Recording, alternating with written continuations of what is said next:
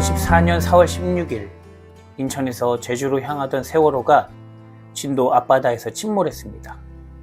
수명이 다 된 배를 일본에서 사와 더 많은 짐을 실으려고 무리하게 개조한 것이 사고의 원인이었습니다. 승객들은 가만히 있으라는 방송에 침수되는 배 안에서 구조를 기다렸고, 해경과 구조대는 바다로 뛰어든 승객들을 건졌을 뿐 단 한 명의 승객도 구조하지 않았습니다.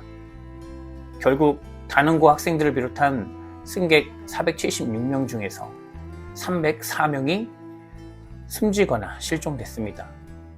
배는 기울어지고 잠겨가는데 정부는 아무 일도 하지 않았습니다.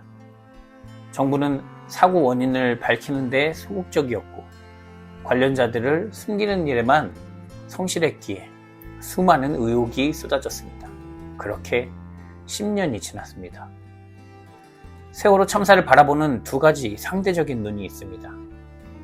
잊지 않겠습니다라는 구호를 외치며 아픔에 동참하는 사람들과, 반대로 이제 그만 잊자라고 말하며 외면하는 사람들입니다.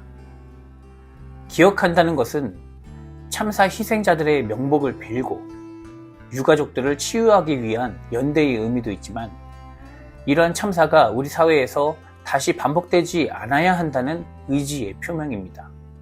그래서 12구 이태원 참사가 일어났을 때 많은 사람이 세월호 이후 하나도 변한 것이 없다라고 말했습니다. 그런 의미에서 잊지 않겠다라는 말은 생명을 살리는 일에 힘쓰는 사람들의 언어입니다. 반대로 이제 그만 잊자라고 말하는 사람들은 참사를 나와 상관없는 일이라고 생각하는 사람들입니다.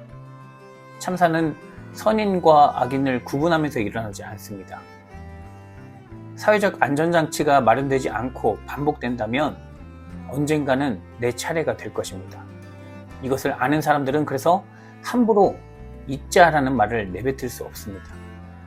누군가 잊자라고 말한다면 그는 생명을 죽이는 일에 동조하고 있는 것입니다.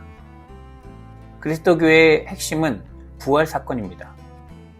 주일은 예수님의 부활 사건이 일어난 날이고, 교회는 부활 사건 때문에 모이게 되었습니다.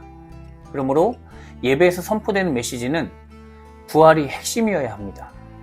매주 다른 이야기를 해야 한다는 강박에 휩싸인다면 설교가 산으로 갑니다.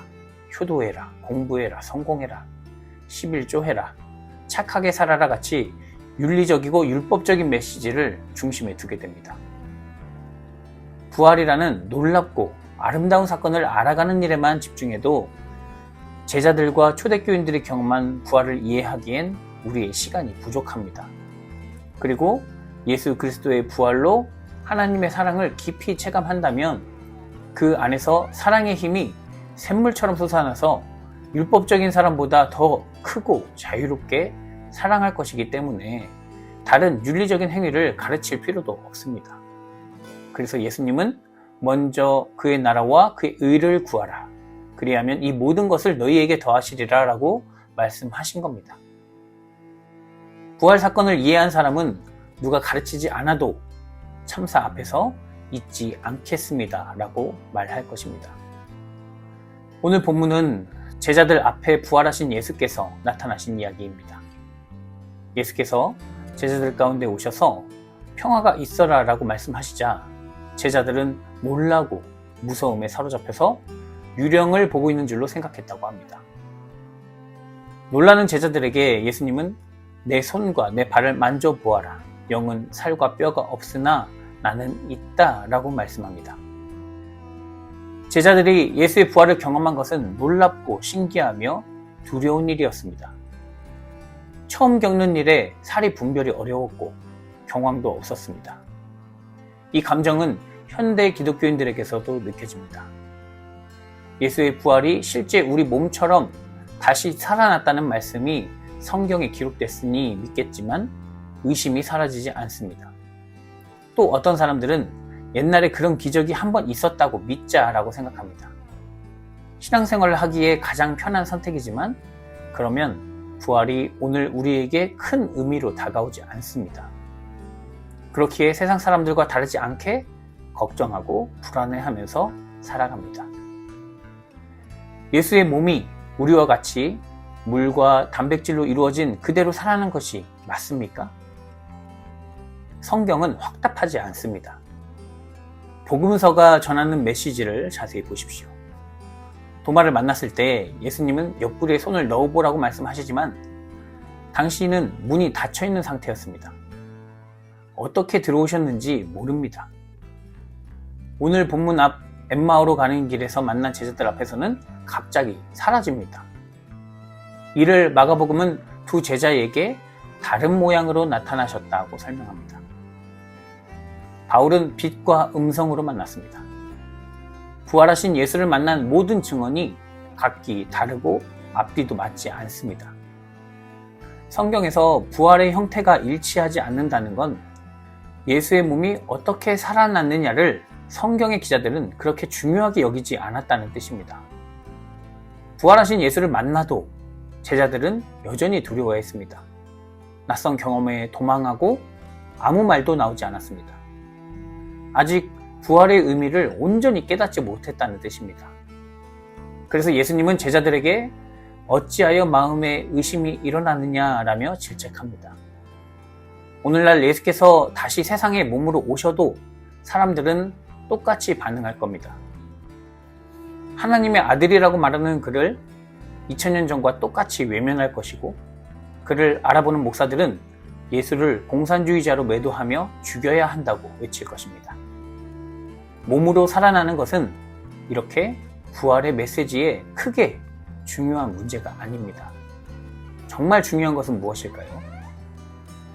제자들이 부활하신 예수를 서로 다른 방식으로 만났지만 공통된 경험이 있습니다. 그것은 바로 예수의 삶이 선지자들의 예언과 일치한다는 점을 깨달았다는 것입니다. 부활이 무엇을 의미하는지 알지 못하는 제자들에게 예수님이 하신 일이 45절에 나타나 있습니다. 그것은 그들의 마음을 열어 성경을 깨닫게 하신 일입니다. 여기서 성경은 모세의 율법과 선지자의 글과 시편에서 말하는 메시아 사건이 예수를 통해서 이루어진다는 것입니다. 성경에는 그리스도가 고난을 받고 제3일에 죽은 자 가운데서 살아날 것이 기록되어 있습니다. 엠마오로 가던 두 제자도 예수를 알아보지 못했습니다. 그때 예수님이 하신 일을 봅시다.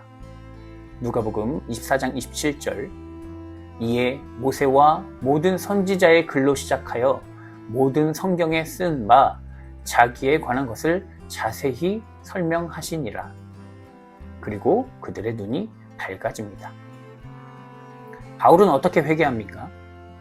성경에는 당시 문법을 따라 제한적으로 표현되어 있으나 사도행전 9장 19절에 나타난 그가 다메섹에 있는 제자들과 함께 며칠 있었다라는 기록을 봤을 때 바울은 거기에서 자신이 핍박해오던 예수의 삶이 성경에서 전하던 일관된 예언과 일치한다는 것을 깨달았을 것입니다. 그가 가장 아끼는 성경과 일치하지 않는데 어떻게 자기의 모든 업적을 버리고 그가 혐오하던 예수를 하나님의 아들이라 선포할 수 있었겠습니까? 예수님의 승천을 보고도 하늘만 바라보던 제자들이 성령 체험을 하게 된 경우도 이런 관점으로 볼 수 있습니다. 여전히 자신들에게 일어난 일을 이해하지 못하던 제자들은 두려움을 이기지 못하고 숨어 있었습니다. 그리고 자신들에게 일어난 일을 서로 이야기했겠죠. 그리고 서로의 기억을 통해 예수님과 성경의 모든 예언이 일치한다는 것을 깨달았고 그들이 예수님을 어떻게 만났는지에 대한 경험은 조금씩 다를지라도 그가 하나님과 하나가 되었다는 사실만은 일치했을 것입니다. 이것은 곧바로 이어지는 베드로의 설교에서도 확인할 수 있습니다. 베드로는 예루살렘에 모인 사람들에게 선지자 요엘, 이사야, 시편의 말씀을 인용하며 그 모든 말씀이 예수를 향해 있다는 것을 설명합니다. 그리고 이렇게 말합니다. 그런즉 이스라엘 온 집은 확실히 알지니 너희가 십자가에 못 박은 이 예수를 하나님이 주와 그리스도가 되게 하셨느니라 하니라. 이 말을 들은 사람들은 마음이 찔렸고 회개하며 제자들에게 세례를 받았다고 합니다. 제자들이 단순히 예수께서 살아나셨으니 불신 지옥이다 이렇게 말을 했다면 사람들은 제자들이 새 술에 취한 것이 맞다라고 확신했을 것이고 예수의 이름은 그 자리에서 사라졌을 것입니다. 성경을 통해 예수의 살아계심과 하나님 우편에 앉아 계심을 확인한 사람은 회개합니다. 회개는 나의 욕망과 안위를 위해 타인을 죽이는 방식의 삶에서 모든 생명을 살리는 삶으로 돌아서게 합니다. 하나님의 아들이신 예수 그리스도처럼 하나님의 나라가 이 땅에 이루어지기를 바라고 일용할 양식에 만족하며 악에 물들지 않기 위해 기도하며 살아갑니다. 이것이 새 생명을 얻은 자, 거듭난 자, 부활 신앙으로 참된 기쁨을 누리는 자의 모습입니다. 사랑하는 성도 여러분, 우리는 이 모든 일의 증인입니다. 2000년 전 제자들이 경험했던 놀라운 말씀의 일치가 우리에게서도 일어났고 우리는 예수의 부활을 똑같이 선포할 수 있게 되었습니다. 타인의 죽음을 잊으려고 하는 세상에서 기억하기 위해 그들의 이야기를 듣습니다. 사회적 참사가 다시 일어나지 않기를 기도하며 유가족들이 치유되기를 바랍니다. 부활의 빛을 본 사람들은 삶의 모든 자리에서 생명을 살리기 위해 살아갑니다. 사람에게서 볼 수 없는 하나님의 큰 사랑을 경험했기 때문입니다. 부활하신 예수 그리스도께서 우리와 항상 함께 하신다는 것을 늘 기억하는 우리는 부활의 증인입니다. 예수 그리스도를 통해서 부활 소망을 꿈꾸게 하시고 하나님의 살아계심을 나타내신 주님, 감사와 찬양을 드립니다. 세월호 참사를 대하는 무책임한 국가의 태도 속에서 유가족은 10년을 울고 있고 그 사이 이태원 참사와 오송 참사 등으로 또 다른 희생자만 늘어나고 있습니다. 죽은 아이들을 책임지지 않는 세상은 출산율이 부족하니 아이들을 낳으라고 말합니다. 생명의 주님께서 이 땅을 치유하여 주시옵소서. 모든 참사의 유가족들을 위로하시고 그들의 아픔을 함께 기억하는 안전한 사회가 되게 하시옵소서. 무엇보다 우리는 예수 그리스도와 함께 죽어가는 생명을 살리기 위해 부름받은 부활의 증인이라는 것을 기억하며 살아가게 하시옵소서. 예수 그리스도의 이름으로 기도드립니다. 아멘.